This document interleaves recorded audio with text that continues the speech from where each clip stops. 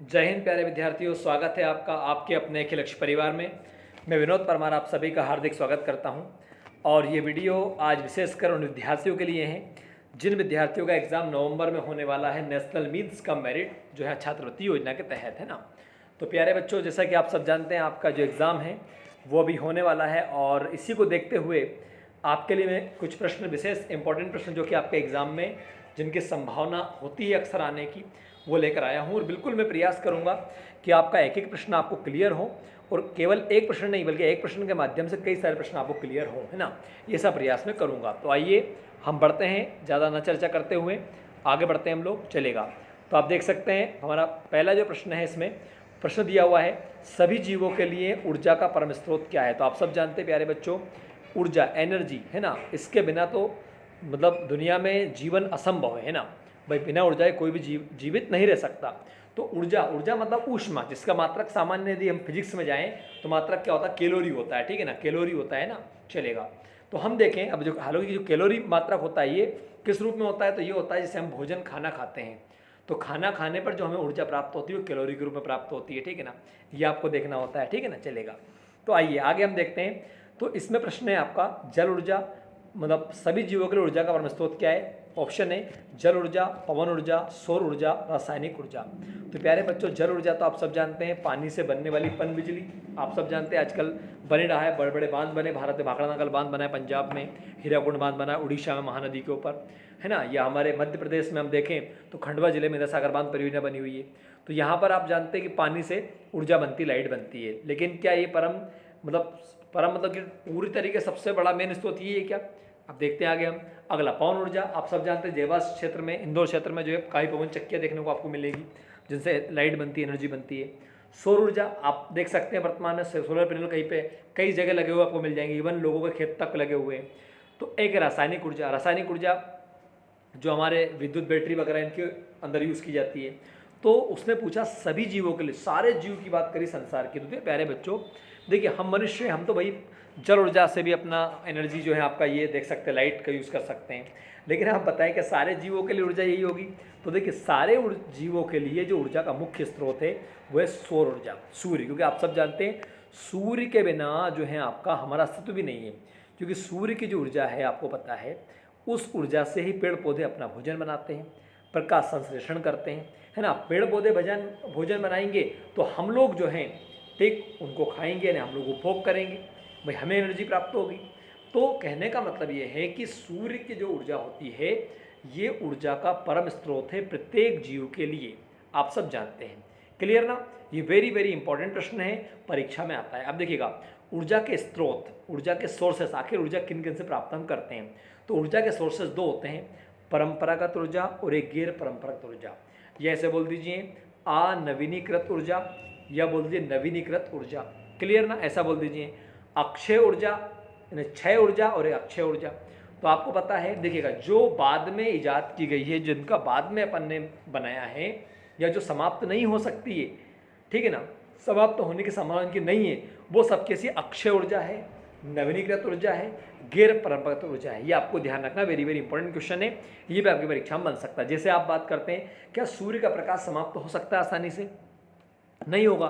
तो ये कैसा है, ये नवीनीकृत है ना, अक्षय है, इसका क्षय नहीं होगा, ये जो है आपका नष्ट नहीं होगा, ठीक है ना। आप कोयले की बात करें, डीजल पेट्रोल की बात करें, क्षय है क्योंकि नष्ट हो जाएंगे, तो ये परंपरागत भी कहलाते हैं और क्षय ऊर्जा के स्रोत भी कहलाते हैं। क्लियर ना, ये आपको ध्यान रखना है यहाँ से प्रश्न। क्लियर ना। अगला प्रश्न है हमारा, जीव विज्ञान से पूछा गया है कि जो पित्त उत्पन्न होता है वो कहाँ होता है। तो प्यारे बच्चों, पित्त मतलब से बाइल बोलते हैं, ये एक रस होता है ना, पित्त रस होता है जो हमारे मानव शरीर के पित्ताशय में पाया जाता है ना, पित्ताशय से निकलता है। और जो पित्त रस होता है, ये पित्त रस हमारे भोजन में जो पाचक एंजाइम होते हैं जो कि अग्नाशय से, है ना, छोटी आंत से अलग अलग जगह से आके मिलते हैं, है ना, छोटी आंत से मिलते हैं। तो इन एंजाइमों के साथ मिलकर ये काम करता है ना। और भोजन को पचाने में हमारी मतलब भूमिका निभाता, वसा वगैरह को पचाने में भूमिका निभाता पित्त रस आपका, है ना। ये आपको जो पित्ताशय जो है यहाँ पर ग्रंथि होती है मानव शरीर की, जो कि यकृत लीवर के नीचे होती है। तो उसमें पूछा यकृत में, तो भैया लीवर में तो होगा नहीं, लीवर में तो बनता है यूरिया। यूरिया का उत्पादन पूछे कब बनेगा आपका, यकृत में, लीवर में, ये आपको ध्यान रखना। रक्त में बिल्कुल नहीं भैया। प्लीहा में, प्लीहा जो होता है इसको कब्रगाह कहा जाता है, आरबीसी वगैरह की, क्योंकि जो हमारे शरीर में कोशिकाएं होती हैं, रक्त कोशिकाएं, ठीक, वो नष्ट कहाँ होती है, प्लिया में होती है, जैसे कब्र कहाँ बोल दिया गया उसका, है ना। चलेगा, आइए आगे बढ़ते हैं। रेशम का धागा प्राप्त किया जाता है कोकून से, प्यूपा से, अंडा से, इनमें तो कोई नहीं। देखिएगा जैसे अपन होते हैं ना, जैसे मैंने बोल दिया भाई गेहूं प्राप्त होता है, तो गेहूं प्राप्त किससे होगा आपका, तो गेहूं की जो जैसे उम्बी जिसे अपन बोलते हैं, है ना, बीजांड उससे प्राप्त होगा। तो इसी प्रकार से उसने पूछा किससे, तो देखिएगा जो रेशम होता है, रेशम का धागा जो निकलता है वो कोकून भाग से निकलता है। और आपको पता है रेशम के कीड़े होते हैं, है ना, रेशम पालन जो होता है उसे सेरीकल्चर कहा जाता है। क्या बोलते हैं उसे, सेरीकल्चर। आप मान के चलिए कि घर की सेरी में रेशमा कपड़े रेशम की उस पर डाल रही है, ठीक है ना, मतलब है ना, सुखा रही है, तो आप क्या बोल सकते हैं, रेशम का धागा प्राप्त किससे होगा, कोकून से प्राप्त होगा। रेशम भारत में सर्वाधिक होता है कर्नाटक में, वेरी वेरी इंपॉर्टेंट है। विश्व में सर्वाधिक रेशम का उत्पन्न होता है चीन में, ये आपको ध्यान रखना है। मूंगा रेशम है, टसर रेशम है, ऐसे अलग अलग रेशम के प्रकार भी हमारे यहाँ होते हैं। आइए आगे बढ़ते हैं हम लोग, है ना। चलिए, रेशम हुआ, जैसे एक जूट होता है, जूट जो होता है हमारे पश्चिम बंगाल में होता है, जिससे कि आपके बोरे वगैरह बने होते हैं, अपने बोरे होते हैं, शक्कर वगैरह बोरेपन लेके आते हैं, है ना, ये टाट वगैरह से हम बोलते हैं, ये जूट होता है आपका। इसी प्रकार से आपका रेशम है, जूट है, ऊन है, ऊन पंजाब क्षेत्र में बहुत आपको देखने को मिलेगा, कश्मीर और पंजाब में, है ना। चलिएगा, अगला प्रश्न है, चालन ऊष्मा के अंतरण की प्रक्रिया होती है। तो क्या पूछा उसने, चालन। अब सर ये चालन क्या है, तो ये बड़ा अच्छा प्रश्न पूछा, क्या चालन, कि चालन जो है ऊष्मा के संचरण की क्या होती है बताए, प्रक्रिया होती है। तो भाई चालन क्या होता है, कि चालन का मतलब ये होता है बच्चों, देखो ऊष्मा जो होता है ना, ऊष्मा यानी हीट जो होती है ट्रांसफर होती है ना, स्थानांतरित होती है, 3 प्रकार से होती है ना मुख्यतः। एक बोलते हैं चालन, एक बोलते हैं संवहन, और एक बोलते हैं विकिरण। चालन की जो गुण होता है केवल ठोस में होता है, जैसे कि लोहा है ना, लोहा गर्म है, मान लो गर्म लोहे का गुटका है, उस पर आपने ठंडे लोहे को रख दिया, तो जो गर्म लोहा है आपका, उसका क्या होगा, उसकी जो ऊष्मा है ना ठंडे लोहे में, जो ठंडा गुटका है लोहे का, उसमें तब तक जाएगी जब तक बराबर ना हो जाए, ठीक है ना। तो इसमें क्या ऊष्मा जो होगा, इसमें ये जो हमारे इलेक्ट्रॉन होते हैं वो चलेंगे और ठंड मतलब अधिक तापमान से कम तापमान की ओर जाएंगे, तब तक यहाँ तक बराबर ना हो। तो ये जो गुण है किसमें होगा बताएं आपका, मतलब कि ऊष्मा के जो अणु होते हैं वो अपना स्थान बदल करके, है ना, और दूसरे को अपना प्रकाश दे दें, और तब तक जब तक दोनों बराबर ना हो जाए, तो उसे हम क्या बोलेंगे, चालन। चालन ध्यान रखिएगा केवल ठोस में होता है, ठीक। आगे समझ में आपको, तो जैसे अपन किसी वस्तु गर्म करते हैं, है ना, ऐसे लोहे को गर्म करते हैं, अपन आँच में रख दिया, तो वो जब तक पूरा गर्म होगा तो उसमें क्या, उसमें चलेगी आपकी, तो ये चालन प्रक्रिया। चालन किसमें होती है, केवल ठोस में होती है। संवहन जो होता है वो द्रव में होता है, किसमें, पानी में। जैसे आप देखेंगे कि पोहा वाला जो होता है, जो पोहा बनाता है होटल पे, वो पोहे को बनाने के बाद में जब उसे गर्म रखने के लिए क्या करता है वो, ठीक, जो जहाँ भट्टी होती है उस भट्टी पे एक भगोना रख देता है, उस भगोने में पानी भर देता है, और भगोने के ऊपर पोहे की प्लेट को रखता है। अब वो भगोने का पानी जो है आपका, ठीक, वो संवहित होकर, मतलब कि वो उड़ उड़ करके, है ना, ऊपर जाकर पोहे को गर्म करके रखता है, तो उसमें आपने देखा पानी समाप्त हो जाता है, मतलब अणु अपना स्थान बदल देते हैं। तो ये जो एग्जाम्पल है किसका है, संवहन का है, क्लियर ना, पोहे वगैरह गर्म होना, ठीक है ना, मोमबत्ती वगैरह से चीज गर्म होना।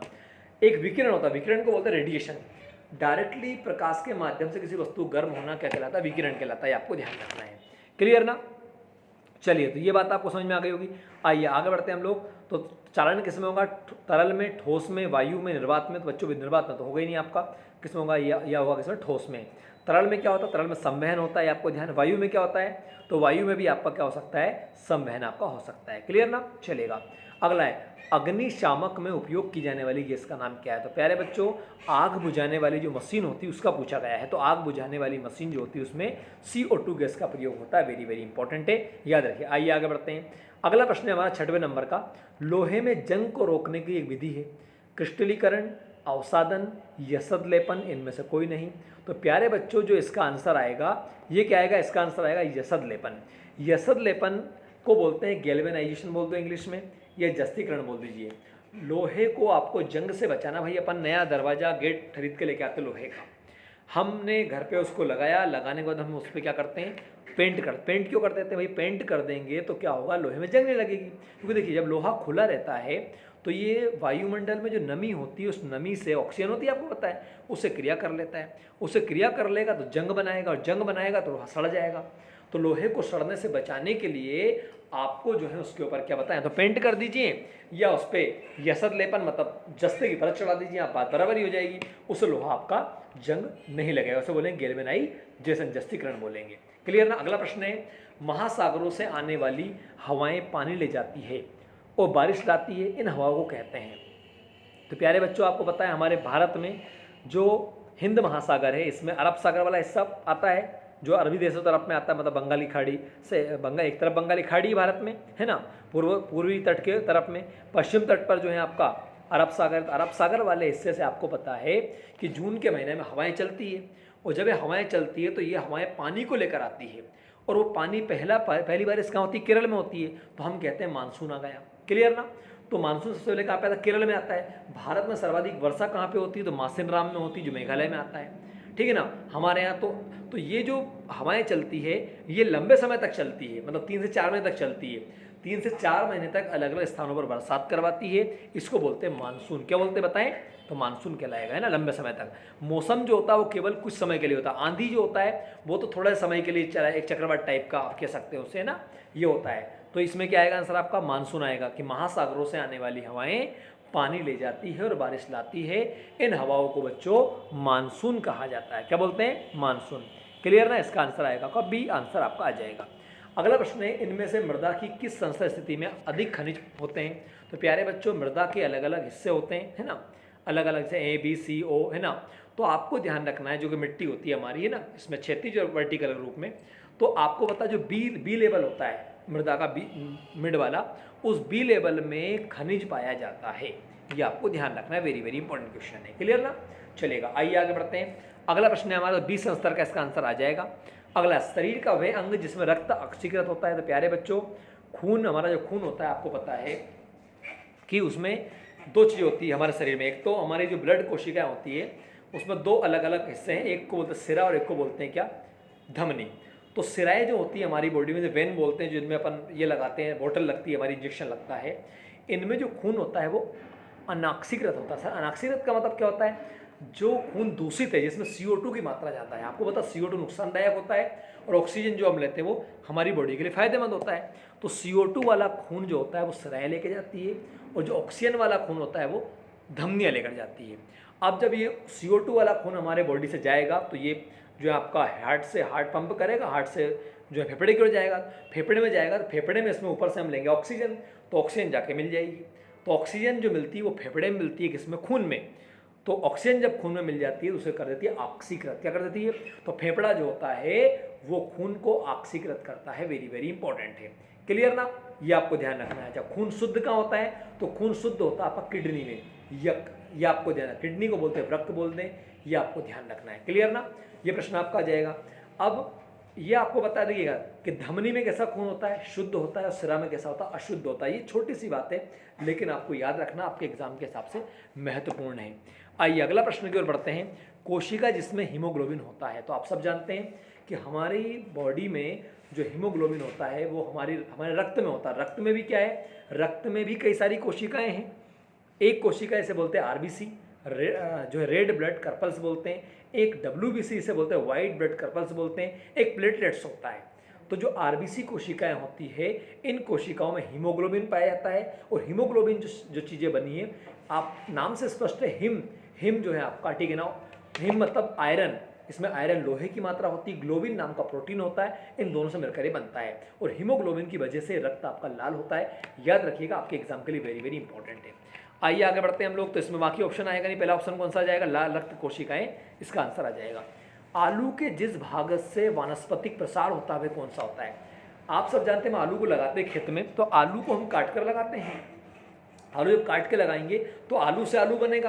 तो आलू होता है तना। क्या होता है बताएं, जो प्रकाश की ओर वृद्धि करता है वो तना होता है, और जमीन में जो अंदर की नीचे की ओर वृद्धि करता है वो जड़ होती है। भाई आप गाजर है, गाजर अंदर की ओर जाएगी, मूली अंदर की ओर जाएगी, लेकिन अंदर जाएगी ना भाई, ठीक है ना, धरती के अंदर प्रकाश से अपोजिट जाएगी।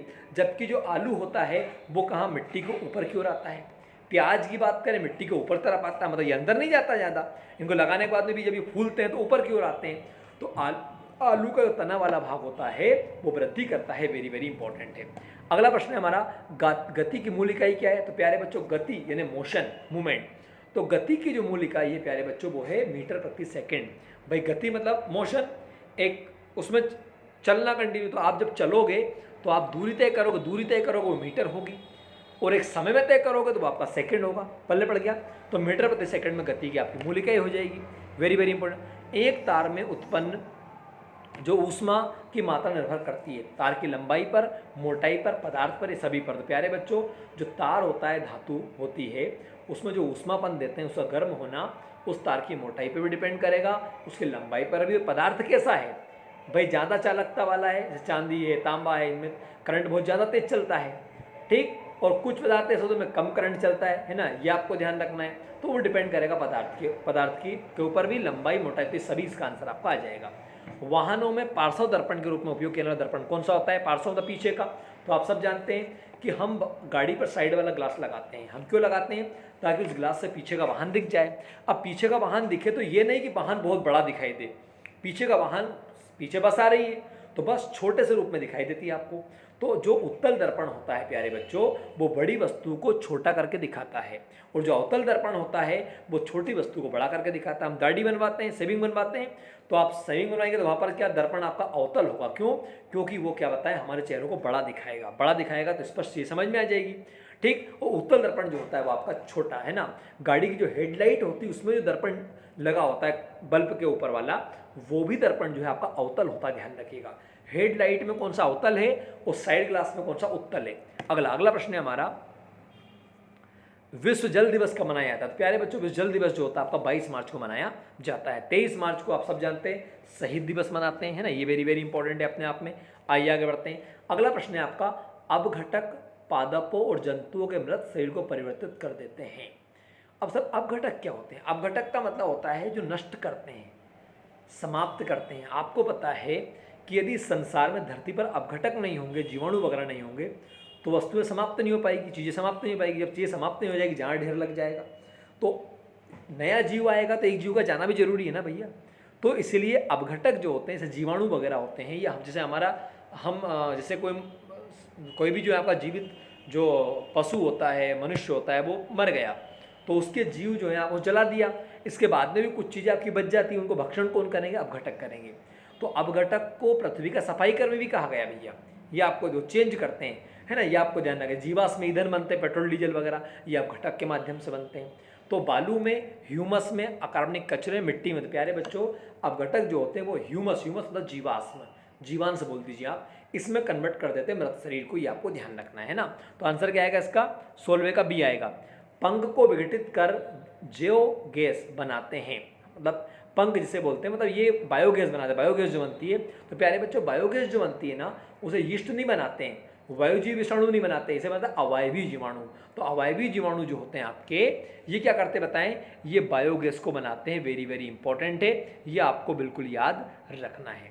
क्लियर ना? आइए आगे बढ़ते हैं हम लोग।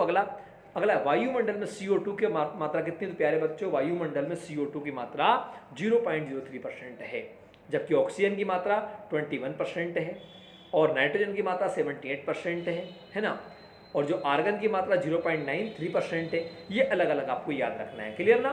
तो CO2 का परसेंट कितना होगा? 0.03% आपका हो जाएगा। ऑक्सीजन 21% है, और आपका नाइट्रोजन 78% है। सर्वाधिक कौन है? नाइट्रोजन है वायुमंडल में। भूपर्पट्टी जो है जिस पे बन रहते हैं, इसमें ऑक्सीजन की मात्रा ज़्यादा, ऑक्सीजन जाना चाहिए भी अपनों को, सही बात है। अगला फिर रबी की फसल की कटाई की जाती है। तो आप सब जानते हैं रबी की फसल कौन सी, जो अभी अपन बोने वाले हैं भाई, गेहूँ है, मसूर है, चना है ना, ये अब बोएंगे हम। तो इसे कब काटेंगे? तो ये जो फसल होती है ये काटी जाती है भैया आपका, ठीक, मार्च के महीने, मार्च अप्रैल में काटी जाती है। बोई कब जाती है? अक्टूबर नवंबर बोई जाती है। खरीफ की फसल जो होती है वो जुलाई अगस्त, मतलब जून जुलाई बोल सकते हैं आप लोग, जून जुलाई में बोई जाती है ना, और इसको जो है काटते हैं हम कब तक बताएं? सितंबर अक्टूबर तक काटते हैं। ये आपको ध्यान रखना है। क्लियर ना? चलेगा, तो ये समझ में आ गया होगा आपको, है ना। चलेगा, बढ़िया बना के। अगला है सूक्ष्म जीव जिनमें क्लोरोफिल पाया जाता है। देखिएगा, उसमें भाई अपन को पता है कि पौधों की पत्तियों में क्लोरोफिल पाया जाता है, लेकिन यहाँ पूछा सूक्ष्म जीव का, तो भैया सूक्ष्म जीव में यदि हम बात करें तो विषाणु, शैवाल, फफूंद, ये सभी। तो आपको ध्यान रखना है कि जो शैवाल होते हैं, है ना, ठीक, शैवाल जो होते हैं जिसे अपन कजी वगैरह बोलते हैं, काई बोलते हैं, इनमें क्लोरोफिल पाया जाता है। क्लोरोफिल पाया जाता है तभी तो ये सूर्य के प्रकाश से अपना भोजन बनाते हैं। आइए आगे बढ़ते हैं। निम्न में से कौन सा गैर जैव है? कागज, सूती कपड़ा, लकड़ी, प्लास्टिक। तो आपको देखिए गैर जैव का मतलब जो जैविक क्रिया नहीं करेगा। तो प्लास्टिक क्या जैविक क्रिया करेगी? क्या नहीं करेगी भाई। कागज है, लकड़ी है, सूती कपड़ा है, ये जैविक क्रियाओं से आपके निर्मित होते हैं, उसे बनते भी, ये भी हम कह सकते हैं आगे, है ना, चलेगा। ये उनसे प्राप्त भी होते हैं। किसको पीटकर पतली चादर में परिवर्तित किया जा सकता है? ऑक्सीजन को, सल्फर को, फास्फोरस, जिंक को। तो जिंक जस्ता, तो जस्ता जो होता है उसको आप ठीक वो आघातवर्धनी है, जितना आप उससे तोड़ोगे वो क्या होगा बताएं, पतला होता जाएगा। जस्ते का तार यूज करते हैं ना हम लोग वायरिंग वगैरह में, ये आ जाएगा। जीवाश्म ईंधन के चलने से उत्पन्न होता है प्रदूषण, विश्व उष्णन, जलवायु परिवर्तन। ये सभी तो प्यारे बच्चों ये सारा आंसर क्या आएगा, ये सभी आएगा। क्योंकि देखिएगा जब आप डीजल पेट्रोल को जलाओगे तो प्रदूषण भी होगा भैया, है ना, वायु प्रदूषण, वायु में गैसें जाकर मिलेगी। विश्व उष्ण, दुनिया का तापमान भी बढ़ेगा, है ना, जलवायु में परिवर्तन भी आएगा। आ ही रहा, देखिए आजकल हल्के भी बारिश होने लग जाती है। अगला, अम्ल वर्षा में मुख्यतः शामिल है ऑक्सीजन और नाइट्रोजन। गलत है, ऑक्सीजन तो हो ही नहीं सकता आपका। नाइट्रोजन ऑक्साइड व सल्फर डाइऑक्साइड, ये हो सकता है। सी मैग्नीशियम ऑक्साइड, बिल्कुल गलत है। फ्लोरीन और क्लोरीन गैस, बिल्कुल गलत है। तो प्यारे बच्चों जो अम्ल वर्षा होती है, अम्ल मतलब एसिड की वर्षा। अब आपको एसिड क्या होता है, तो सल्फ्यूरिक अम्ल, नाइट्रिक अम्ल, ये क्या होते हैं, एसिड होते हैं। देखो बारिश में पानी गिरता है, पानी क्या है, जल क्या है, H2O क्या है। अब वायुमंडल में मान लो नाइट्रोजन की मात्रा बढ़ जाएगी, है ना, नाइट्रोजन ऑक्साइड की, तो नाइट्रोजन किससे मिल जाएगी, पानी के साथ मिल जाएगी। तो जब वो पानी के साथ मिल जाएगी H2O के साथ में, तो बन जाएगी नाइट्रिक अम्ल। और सल्फर डाइऑक्साइड भी पानी के साथ मिल जाएगा, सल्फ्यूरिक अम्ल बनाएगा। तो ये एसिड वाली वर्षा होगी, और ये वर्षा जहाँ पर होगी वहाँ पर फसलों को भी नुकसान होगा, मनुष्य को भी नुकसान होगा। बड़ी बड़ी इमारतों, ताजमहल वगैरह, इनका जो रंग आजकल चेंज हो रहा है, पीलापन पड़ रहा है, ठीक, इसके पीछे कारण क्या है, अम्ल वर्षा है। पल्ले पड़ गया। तो अम्ल वर्षा समझ गए आप लोग कि पानी के साथ में नाइट्रोजन ऑक्साइड और आपका सल्फर डाइऑक्साइड जब मिल जाता है तो वो एसिड वाली बरसात हो जाती है। वो शुद्ध पानी नहीं बचता है, वो अशुद्ध पानी आपके जो है आपका आकर गिरता है। क्लियर ना। आइए, वह पुस्तक जो लुप्त प्राय जानवरों और पौधों का रिकॉर्ड रखती है। तो प्यारे बच्चों जो मतलब एक ऐसी पुस्तक इसे बोलते हैं हम रेड डेटा बुक, है ना। रेड डेटा बुक जो है आपका, ये उन जीवों की जानकारी रखती है, ठीक है ना, जो जीव आपके नष्ट हो गए, ताकि कम से कम इसे पता चले कितनी प्रजातियां थी या आगे हम कितने जीवों को बचा सकते हैं। आपको पता धरती पर सारे जीव जंतु बचे रहेंगे तो हम जीवित रहेंगे, हमारा अस्तित्व रहेगा। तो 1969 से 1969 से जो है IUCN, इसे बोलते हैं इंटरनेशनल यूनियन फॉर कंजर्वेशन आपका नेचर, प्रकृति को बचाने वाला जो डिपार्टमेंट IUCN, वो रेड डेटा जारी बुक जो है आपका जारी करता है। वेरी वेरी इंपॉर्टेंट है। क्लियर ना। तो ये इंपॉर्टेंट, तो क्या आएगा इसमें, ब्लू डेटा बुक नहीं, क्या आएगा, रेड डेटा बुक आएगा, है ना। चलिए आइए आगे बढ़ते हैं। अगला प्रश्न है हमारा, जंतु कोशिका की बाहरी परत किसकी होती है। तो प्यारे बच्चों बड़ा अच्छा प्रश्न है। जंतु कोशिका की जो बाहरी परत हमारी होती है, कोशिका भित्ति, कोशिका द्रव्य, प्लाज्मा झिल्ली या आणविक झिल्ली। तो प्यारे बच्चों इसे बोलते हैं हम लोग प्लाज्मा झिल्ली, क्योंकि कोशिका भित्ति जो होती है वो किसमें आएगी, कोशिका भित्ति आती है हमारी किसमें, पौधों में। हमारे अंदर क्या होती है, झिल्ली होती है। क्लियर ना, वेरी वेरी इंपॉर्टेंट है। अगला, हाइड्रा जो होता है, जो जल में रहता है, वो प्रजनन कैसे करता है। तो उसका प्रजनन जो होता है प्यारे बच्चों, उसे बोलते हैं मुकुलन। क्या बोलते हैं, विखंडन नहीं, टूटता नहीं है, वो मुकुलन करता है। मुकुलन में क्या होता है कि जनन कोशिका जो होती है उसके ऊपर एक उभार टाइप का बन जाता है, जो मुकुल कहलाता है, मुकुल कहते हैं। और ये क्या होता है, धीरे धीरे बढ़ जाता है। जब ये बढ़ जाता है तो ये क्या होता है, मात्र जो कोशिका होती है, मात्र कोशिका होती है, मतलब जिस कोशिका से बन रहा है उससे अलग होकर के, और ये स्वतंत्र एक अलग अपने आप में पौधा बन जाता है ना। तो इसे बोलते हैं मुकुलन। क्लियर ना, विखंडन आपका नहीं होगा इसके अंदर। अधिवृक्क मनुष्य द्वारा किस हार्मोन्स का स्राव करता है। अधिवृक्क मतलब एड्रिनल ग्रंथि। तो प्यारे बच्चों जो हमारी किडनी में होती है, तो इससे एड्रिनलिन, कौन सा बताएं, जो हमारी किडनी होती है, किडनी का जो मेड्यूला भाग होता है ना, बाहर वाला कॉर्टेक्स भाग होता है, तो इसमें जो अधिवृक्क ग्रंथि होती है, एड्रिनल ग्रंथि, इससे एड्रेनलिन हार्मोन्स निकलता है। प्यारे बच्चों इस हार्मोन्स को लड़ो लुड़ो हार्मोन्स कहा जाता है, इसे साहसी हार्मोन्स कहा जाता है, क्योंकि जब हमें घबराहट होती है, घबराहट के समय में यही हार्मोन्स जो होता है हमारी बॉडी में काम करता, ताकि हमें अचानक से प्रॉब्लम ना आए, ब्लड सर्कुलेशन हमारा चलता रहे, ऑक्सीजन लेवल बना रहे, ठीक है ना। तो इसीलिए इसे क्या है कि हिम्मत वाला हार्मोन्स भी, लड़ोड़ो वाला हार्मोन्स भी कहा जाता है। चलिए आगे बढ़िएगा। दबाव क्या होता है, दाब का मात्रक पूछा। तो प्यारे बच्चों आयतन बटे क्षेत्रफल, ये तो गलत है अपने आप में। बल बटे क्षेत्रफल, ये बिल्कुल सही है आपका। तो जब आप दाब लगाओगे तो बल लगाओगे, किस पे लगाओगे, क्षेत्रफल पे लगाओगे, तो बल बटे क्षेत्रफल किसका मात्रक आ जाएगा, दबाव का। निम्न में से किसका स्नेहक के रूप में उपयोग नहीं किया जाता। स्नेहक मतलब चिकना करने से। अपन अपने को पता, अपनी गाड़ी वगैरह में या साइकिल में अपन ग्रीस लगा देते हैं, है ना, ताकि साइकिल आपकी फ्रीली घूमे, घर्षण ना हो उसके ऊपर। तो स्नेहक बोलते हैं उसे। तो स्नेहक क्या साबुन के घोल का प्रयोग करते हैं भाई, साबुन का घोल करो या ग्रीस का, साबुन का घोल भी यूज़ कर सकते हैं, आप चिकना करेगा, सही बात है। वो ग्रीस जो होता है वो भी लगाते हैं हम लोग स्नेक के रूप में, ग्रेफाइट भी लगाते हैं, लेकिन गंधक पाउडर, सल्फर पाउडर को यूज़ नहीं करते। वेरी वेरी इंपॉर्टेंट है। आइए आगे बढ़ते हैं। अगला प्रश्न है, ध्वनि किस माध्यम में संचरण नहीं कर सकती है? हवा में, जल में, लोहे में, निर्वात में। तो प्यारे बच्चों, ध्वनि जो, जैसे मैं आपसे बात कर रहा हूँ तो मेरी आवाज़ जा रही है, तो ये कण है वायुमंडल के, जो कण इस आवाज़ को लेकर जा रहे हैं, ठीक है ना। बिना मतलब कणों की सहायता से ये आवाज़ नहीं जा ही नहीं सकती। क्लियर ना। तो ध्यान रखिएगा, ठीक, हवा, जल, लोहा सब में आवाज़ चली जाएगी, लेकिन निर्वात, निर्वात मतलब खाली, वैक्यूम में आपकी आवाज़ नहीं जाएगी, ध्वनि नहीं जाएगी। क्लियर ना। और ध्वनि की जो चाल है आपका, वो सर्वाधिक होती ठोस में, किसमें बताएं, इसके बाद होती द्रव में, और फिर होती गैस में। ये आपको ध्यान रखना है। क्लियर ना। वेरी वेरी इंपॉर्टेंट क्वेश्चन है, एग्जाम में आता है। लोहे की वस्तुओं के क्षरण को रोकने के लिए कौन सी प्रक्रिया की जाती है? तो विद्युत अपघटन, परिष्करण, विद्युत लेपन, धातु कर्म। तो प्यारे बच्चों, लोहे की वस्तुओं को रोकने के लिए हमने अभी पढ़ा था, जस्तीकरण करते हैं। तो इस प्रक्रिया को हम बोलेंगे क्या? विद्युत अपघटन, है ना। किस उपकरण से भूकंप की तीव्रता मापी जाती है? तो प्यारे बच्चों, रिएक्टर पैमाना जो होता है, इस पैमाने से भूकंप की तीव्रता का पता लगाते हैं। हालांकि जो यंत्र होता है उस यंत्र का नाम है सिस्मोग्राफ, है ना। वेरी वेरी इंपॉर्टेंट है। प्रकाश का अपने घटक रंगों में विभक्त होने को क्या कहेंगे? प्रकाश यदि अपने अलग अलग उसमें बढ़ जाता है तो उसे बोलेंगे फैलाव, या ऐसे बोलेंगे वर्ण विक्षेपण, वर्ण विक्षेपित हो जाता है। अपवर्तन क्या होता है? प्रकाश जा रहा है और मान लो कोई चीज़ बीच में आ गई और उसने अपने मार्ग को बदल लिया, तो इसे बोलते हैं अपवर्तन, प्रकाश का अपने रास्ते को बदल लेना। आगे हम बात करते हैं, किस ग्रह को सुबह का तारा या शाम का तारा कहा जाए? तो प्यारे बच्चों, आप सब जानते हैं कि जो शुक्र है, ठीक है ना, वो सुबह सुबह दिखाई देता है, शाम के समय दिखाई देता है, जैसे भोर का तारा और सांझ का तारा कहा जाता है। ऐसा पृथ्वी की बहन भी कहा जाता है, क्योंकि आकार और घनत्व इसका पृथ्वी के जैसा है। क्लियर ना। ऐसा कोई उपग्रह नहीं है। सबसे अधिक गर्म ग्रह कौन सा आपका? तो शुक्र है। बुध और शुक्र ये दो ऐसे ग्रह हैं जिनके कोई उपग्रह नहीं है। इनके अलावा पृथ्वी का उपग्रह चंद्रमा है, आप सब जानते हैं, है ना। मंगल का उपग्रह फोमोस और डीमोस है। सबसे ज्यादा उपग्रह जिस ग्रह के, उसका नाम है शनि, सैटर्न से कहा जाता है। क्लियर ना। ये आपको ध्यान रखना है। तो आई होप कि मेरा मतलब साइंस का जो पोर्शन है आपका, इसमें 35 क्वेश्चंस थे, आगे और भी क्वेश्चन है सामाजिक विज्ञान से हैं। तो इस पर फिर हम एक आपका नेक्स्ट वीडियो बनाएंगे साइंस ना, वो आपको मिल जाएगा। तो इस वीडियो को आप अच्छे तरीके से देखिएगा, समझिएगा। धन्यवाद। जय हिंद, जय मां भारती। मुझे पूरी उम्मीद है कि आपको ये प्रश्न डिस्कस किए गए जरूर समझ में आएंगे। धन्यवाद। जय हिंद, जय मां भारती, जय श्री राम।